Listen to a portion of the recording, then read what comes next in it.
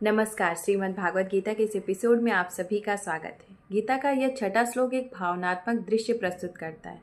यहाँ युद्धभूमि में दुर्योधन केवल योद्धाओं की निगरानी नहीं कर रहा है, बल्कि धर्म की परंपरा और नई पीढ़ी की जिम्मेदारी को उजागर कर रहा है।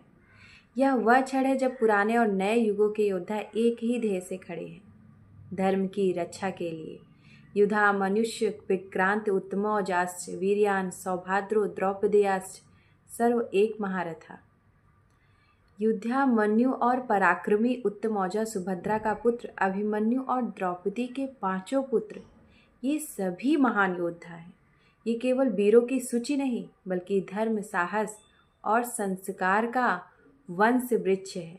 युधामनुष्य विक्रांत, साहस जो सीमाओं को तोड़े। युधामन्यु पांचाल का योद्धा, जिसे शिक्षा मिली थी युद्ध में कभी पीठ मत दिखाना। वह अर्जुन के रथ के पीछे रक्षा करता है, बिना किसी लोभ या प्रसिद्धि के। यह सिखाता है कि सच्चा विक्रम वही नहीं जो आगे दिखे, बल्कि वो जो पीछे रक्षा करे। आज के जीवन में ऐसे अनगिनत युधामन्यु हैं जो पर्दे के पीछे रहकर परिवार, संस्था, देश को संभालते हैं। वे महान हैं क्योंकि वो अपना कर्तव्य निभाते हैं। उत्तमौजाश्च वीर्यवान, आत्मबल का प्रतीक। उत्तमौजा शब्द से ही स्पष्ट है, जिसका उत्साह सर्वोत्तम है, वो हमेशा अर्जुन की रक्षा में तत्पर रहता है। उसकी सबसे बड़ी शक्ति थी वीर्यवान, यानी आत्मबल। आज के समय में बाहरी शक्ति से ज़्यादा जरूरी है आंतरिक ताकत। जब परिस्थितियाँ प्रतिकूल हों और फिर भी कोई हार न माने, तो वही आधुनिक उत्तमौजा है। सौभद्र, युवा नेतृत्व का प्रतीक। सौभद्र यानी सुभद्रा का पुत्र, हम सबके प्रिय अभिमन्यु, केवल 16 वर्ष की आयु में उसने चक्रव्यूह भेदा और मृत्यु तक धर्म से पीछे नहीं हटा। यह श्लोक बताता है धर्म का मार्ग आयु नहीं देखता है, साहस और समर्पण देखता है। आज की युवा पीढ़ी के लिए अभिमन्यु सबसे बड़ा प्रेरणा स्रोत है। वह सिखाता है कि अगर ज्ञान अधूरा भी हो तो भी निष्ठा पूरी होनी चाहिए। द्रौपदेयाश्च, संस्कार की निरंतरता। द्रौपदेया, द्रौपदी के पांचों पुत्र, वे पांचों पांडवों के 5 मूल्यों का विस्तार है। धर्म, बल, विवेक, साहस और विनम्रता। वे युद्ध के आखिरी क्षण तक साथ रहे, क्योंकि उनके लिए ये केवल युद्ध नहीं बल्कि संस्कार का उत्तरदायित्व था।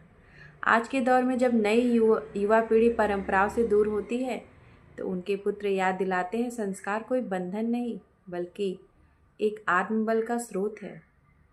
सर्व एव महारथा, समानता और सम्मान का संदेश।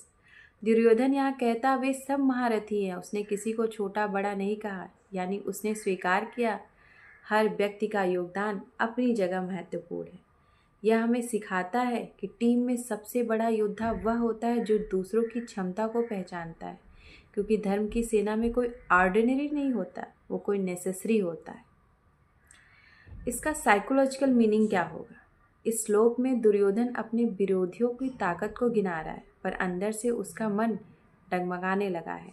जितना वह पांडवों की सेना की चर्चा करता है, उतना ही उसका भय गहराता है।